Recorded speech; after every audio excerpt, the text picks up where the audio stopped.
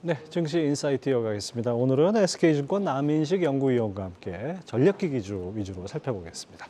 어서 오십시오. 네, 반갑습니다. 자, 먼저 이 정부가 신규 원전 건설 계획을 공식 논의를 시작했는데 이에 관련해 가지고 원전주 지금 어떻게 보면 뭐 기대감을 좀 선반영했다 이렇게 표현하셨던데요. 이거 좀 설명을 해주시죠. 네, 그래서 말씀하신 것처럼 이제 결론부터 말씀드리면 기대감이 주가가 조금 더 앞서간 걸로 보고 있습니다. 그러니까 우리나라는 2년마다 전력 수급 기본 계획이라고 앞으로 15년에 전력의 수요와 공급 이렇게 계획을 하는데 이제 거기서 신규 원전을 한번 건설을 해보겠다라고 검토 단계에 있습니다. 그래서 원전 건설 같은 경우는 이제 검토에 들어가고 신규 원전을 짓겠다라고 하면은 한 7년 정도 뒤에부터 실제로 기업들 매출액이 일어나게 됩니다. 근데 지금 주가가 먼저 많이 반영을 했다 보니까 실적보다는 주가가 상승이 좀 가팔랐다 이렇게 보고 있습니다. 예, 조금 더 지켜봐야겠군요. 네. 자, 그다음에 이제 전력기기 관련주 한번 살펴보죠. 이 전력기기 관련주 빅3 하면은 뭐 HD, 현대일렉트릭, 그다음에 LS 일렉트릭, 그다음에 저 효성중공업 이렇게 뽑죠. 이 미국 시장에서 변압기 수요 증가가 상당히 실적에 영향을 미쳤다 이렇게 볼 수 있죠. 네, 맞습니다. 이번 변압기 사이클이 2022년부터 시작을 했는데 이번 사이클의 진앙지는 미국으로 보시면 되겠습니다. 그래서 라스트 사이클이 03년에서 08년이고 15년 만에 이번 사이클이 도래를 했는데 미국에서 인프라스트럭처 법안 그리고 IRA 법안 때문에 이렇게 수요가 많이 증가했다라고 보시면 좋을 것 같아요. 그래서 인프라스트럭처 법안 같은 경우에는 전체 보조금의 한 두 번째 순위가 노후화된 전력망을 새로 고치고 이제 변압기 같은 것도 지중으로 지하에다가 넣어놓는 데에다가 이제 보조금을 많이 넣어놓고 있습니다. 그리고 IRA 영향 같은 경우에는 미국의 2차 전지라던가 반도체 공장들이 리쇼어링 때문에 많이 지어지고 있는데 공장 건설 비용의 5에서 10% 정도가 전선이나 전력기기, 변압기 이런 것들이 들어갑니다. 자연스럽게 변압기도 부족해지는 상황이 미국에서 펼쳐지고 있는 거죠. 예.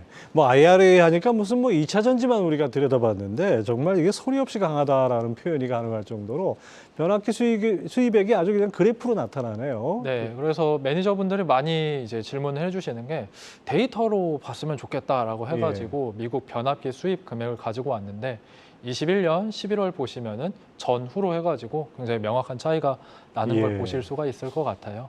예.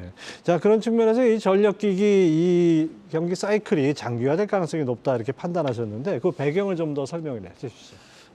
이 변압기의 고객이 유틸리티 회사입니다. 뭐 미국에서는 뭐 엑셀 에너지나 아메리칸 일렉트릭 파워, 넥스테라 이런 회사들이 있는데 이런 회사들의 특징은 현금 흐름이 탄탄하다라는 거죠. 그래서 한번 사이클이 시작이 되고 설비 투자를 하면은 한 3에서 4년 정도 지속되는 경향이 있습니다. 그런 걸로 봤었을 때 2022년부터 사이클이 시작했다라면은 그래도 한 3년, 4년, 최소 4에서 5년 정도는 가지 않을까라고 보고 있어요. 그리고 수요 같은 경우에도 말씀드렸던 것처럼 IRA나 인프라스트럭처 법안 이런 노후화된 변압기들 교체하는 것들이 1, 2년 안에 끝나지는 않다 보니까 수요가 장기화될 걸로 보고 있고요. 그러면 이제 공급단에서는 어떻게 되고 있냐 이렇게 판단을 해야 되는데 업체들, 그러니까 변압기 생산 업체들의 증설이 상당히 보수적으로 집행이 되고 있습니다. 우리나라 현대일렉트릭뿐만이 아니라 뭐 미쓰비시라던가 해외에 있는 전력기기 업체들이 투자를 한다고 하더라도 기존 공장에서 증설하는 정도이지 새로 신공장을 건설하거나 그러지는 않습니다. 그래서 수요와 공급 모두 봤었을 때 이번 사이클이 상당히 장기화될 거다 이렇게 판단하고 있습니다. 그렇죠. 설사 뭐 신증설을 하더라도 뭐 당장 생산품이 나오는 건 아니니까 시간이 걸리죠. 네, 그래서 보통 변압기가 이제 리드 타임이 6개월 정도입니다.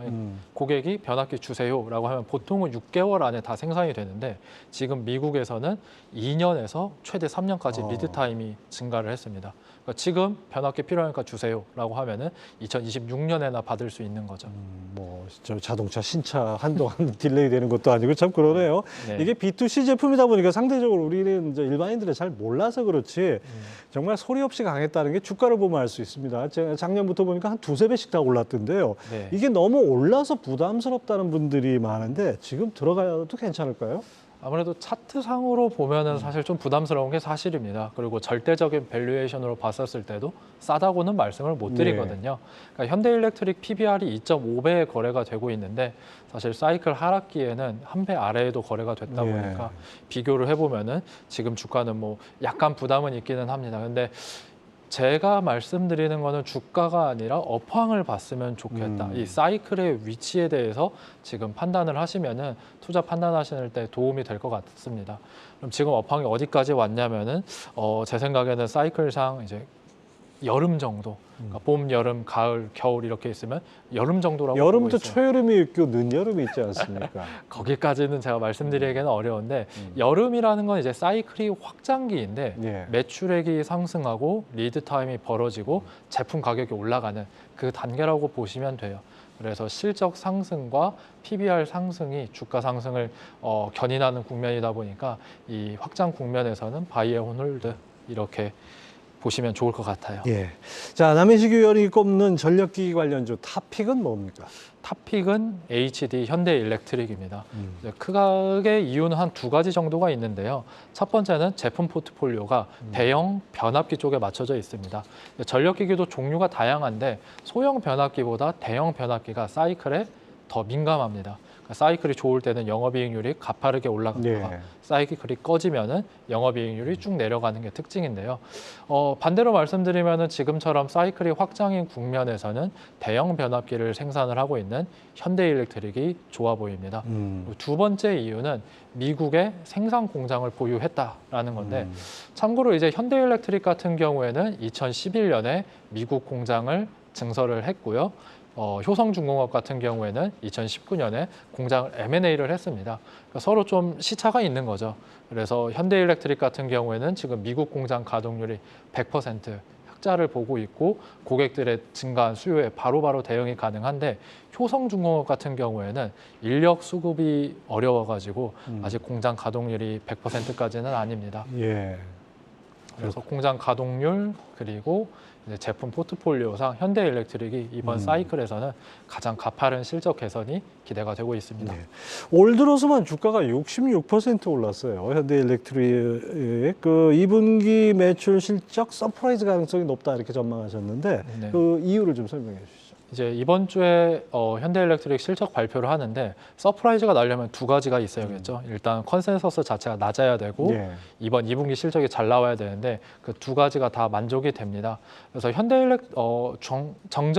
중전기기 3사 컨센서스를 비교를 했었을 때 현대일렉트릭은 아직 실적 추정치가 많이 올라오지가 않았어요.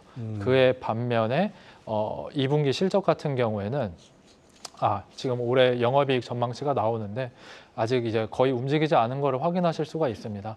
제 생각에는 2분기 실적이 발표되고 나서는 이제 좀 저희 애널리스트들도 자신감을 가지고 올릴 거라고 보고 있고요. 그래서 아직까지는 컨센서스가 많이 상승하지가 않았습니다. 상대적으로 예. 네, 2분기 실적 같은 경우에는 변압기 수출 데이터랑 매출액이랑 같이 동행을 하는데 2분기 4월, 5월, 6월에 중대형 변압기가 굉장히 많이 팔렸습니다. 예. 그래프 같이 가네요. 예. 네, 그래서 매출액이랑 중대형 변압기 수입 금액이 굉장히 동행하는 것을 보실 수가 있는데 수입 금액 자체가 굉장히 잘 나왔거든요. 그거를 봤었을 때는 현대일렉트릭도 2분기 실적이 굉장히 잘 나올 걸로 기대가 되고 있습니다. 미국 시장 호조로 아주 뭐 없어서 못 판다는 얘기가 정말 실감이 나네요. 네. 현대일렉트릭 목표 주가하고 투자 전략은 어떻게 잡아야 될까요? 지금 목표 주가는 9만 원 제시를 드리고 있고 PBR 밸류에이션을 하고 있습니다. 2.5배까지 2.5배 타겟 PBR 제시를 해서 9만 원인데요. 그러면 가장 최고치 PBR을 몇 배로 해야 되냐라고 이제 판단을 해야 되는데 사실 우리나라 전력기기 업체만 보면 이 판단이 어렵습니다. 그래서 해외 업체들 예. 라스트 사이클 때 PBR을 보니까 최대 07년에 PBR이 4.3배까지 올라갔더라고요. 그런 걸로 봤었을 때는 사이클이 확장이 되면은 아마 PBR도 계속해서 올라가면서 이제 목표 주가도 터치할 수 있지 않을까 생각하고 있습니다. 네. 자, 우리나라 전력 서비스 시장 1위는 효성중공업입니다. 역시 뭐 실적 개선 기대감으로 상승세인데 뭐 미국뿐 아니라 유럽, 호주 등 해외 시장에서도 상당히 점유율을 높인다고요. 네, 맞습니다. 근데 미국에서 전력기기 수요가 증가한 것 중에 원인이 하나가 또 신재생 에너지 증가가 예. 있거든요. 미국 대륙으로 예시를 들면은 미국 중부와 남부에 있는 신재생 에너지 발전소에서 생산된 전기를 동부까지 보내줘야 돼요. 네. 그럼 그 중간중간에 변전소도 설치해야 되고 전선도 이어줘야겠죠. 즉 신재생 에너지 때문에 수요가 증가를 하고 있는데 유럽과 호주 역시 신재생 에너지의 전환을 빠르게 하고 있다 보니까 자연스럽게 뒤따라서 전력기기 수요가 올라가고 있습니다. 그래서 효성 같은 경우에는 미국보다는 이제 기타 다른 국가들에서 조금 더 발을 넓혀가고 있는 상황이고요. 예, 그렇군요. 자, 앞서 잠깐 언급해 주신 게 HD 현대일렉트릭의 경우에는 미국 공장이 가동률이 100%인데 효성은 상대적으로 좀 낮아요. 이거 이유가 단순히 인력 부족입니까? 인력 부족이 제일 심합니다. 왜냐하면은 변압기를 생산을 할 때 권선을 감아야 되는데 이게 기계로 되지가 않고 사람 손이 들어가요. 사람이 감습니까? 그거? 네, 네. 노동 집약적인 산업입니다. 오. 네, 지금 미국에서 변압기 산업뿐만이 아니라 기타 산업에서도 사람 구하기가 어렵다라고 그렇죠. 하고 있어요.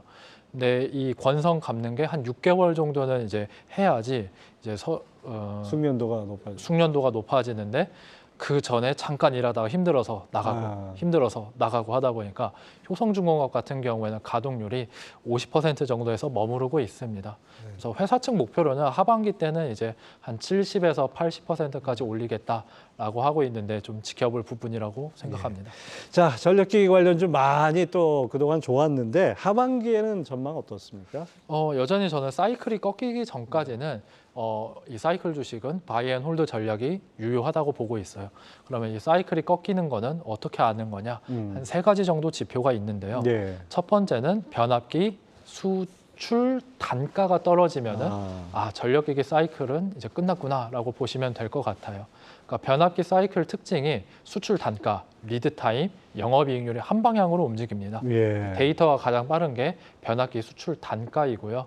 그리고 영업이익률 같은 경우에도 영업이익률이 떨어진다라는 말은 변압기의 단가가 떨어진다 이렇게 동행해서 그렇죠. 이제 같이 네. 보시면 될 것 같고요.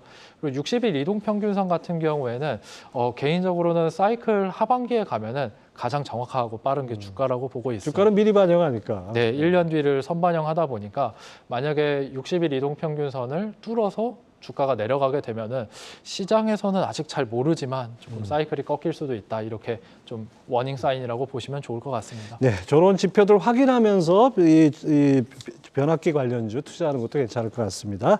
SK증권 남인식 연구위원 도움을 주셨습니다. 감사합니다. 네, 감사합니다.